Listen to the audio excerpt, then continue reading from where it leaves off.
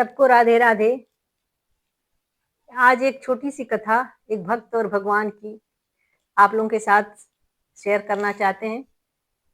कथा पूरा सुने और कथा अच्छा लगे तो लाइक अवश्य करें। और जिन लोगों ने मेरे चैनल को सब्सक्राइब न किया वो सब्सक्राइब कर लें ताकि आगे और भी अच्छी अच्छी कथाओं को आपको सुनने का सौभाग्य प्राप्त हो। किसी भी राष्ट्र के उन्नत में कथाओं का बड़ा ही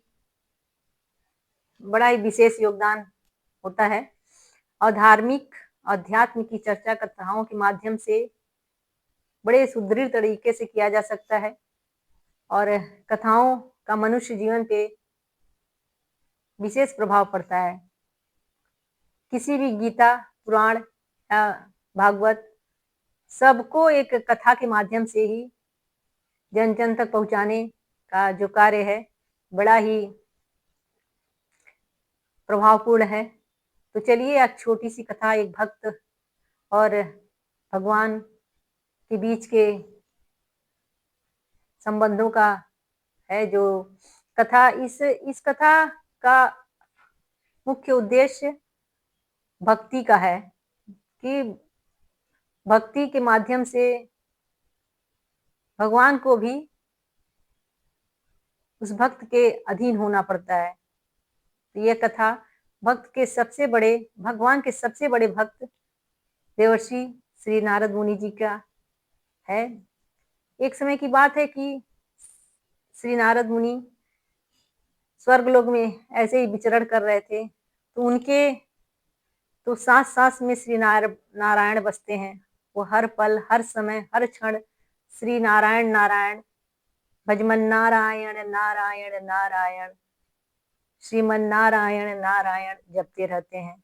निरंतर उनके मन में, उनके सांसों पे श्री नारायण का नाम लिखा हुआ है। उनसे बड़ा भक्त तो जो श्री नारायण के नामों का निरंतर जप करता रहे और दूसरा कोई नहीं है। तो चलिए एक समय की बात है कि जब श्री नारद मुनि स्वर्ग लोक में विचरण कर रहे थे, ऐसे ही घूम रहे थे और श्री नारायण नारायण का जप कर रहे थे, तभी सामने से उन्हें कुछ देवदूत आते हुए दिखाई दिए। तो वो श्री नारद मुनि देवदूतों के पास पहुंचे और कहे, रुको देवदूत। तो देवदूतों ने श्री नारद मुनि को प्रणाम किया और कहा कि बताएं देवर्षि, क्या प्रयोजन है, आपने हम लोगों को क्यों रोका। तब श्री नारद मुनि उनसे कहते हैं, अरे भाई एक पल रुको, हम भी चल रहे हैं, तो किस विशेष कार्य के लिए तुम जा रहे हो।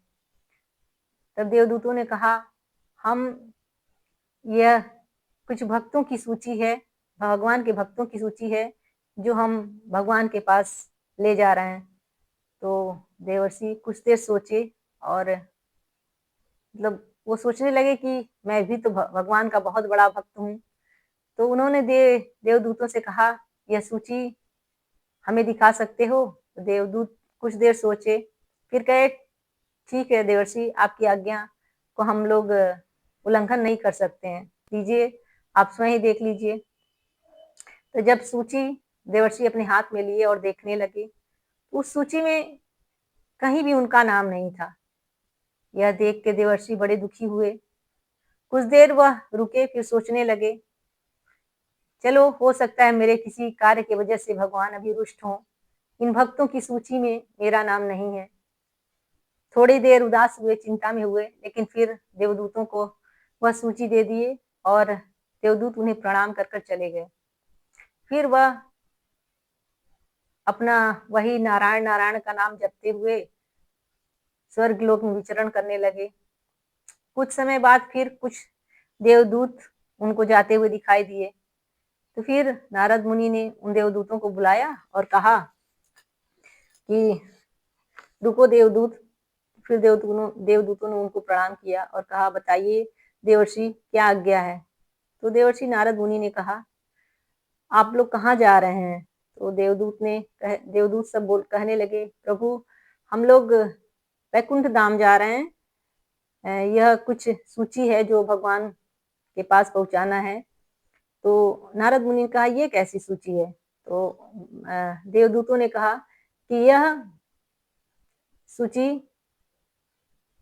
उन भक्तों की है जिनके भगवान स्वयं भक्त हैं।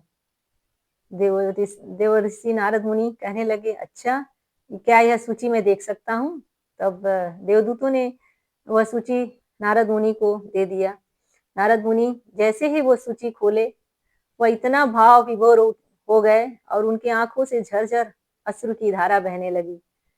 उन्होंने देखा कि उस सूची में श्री देवर्षि नारद मुनि का जो है सबसे ऊपर नाम था।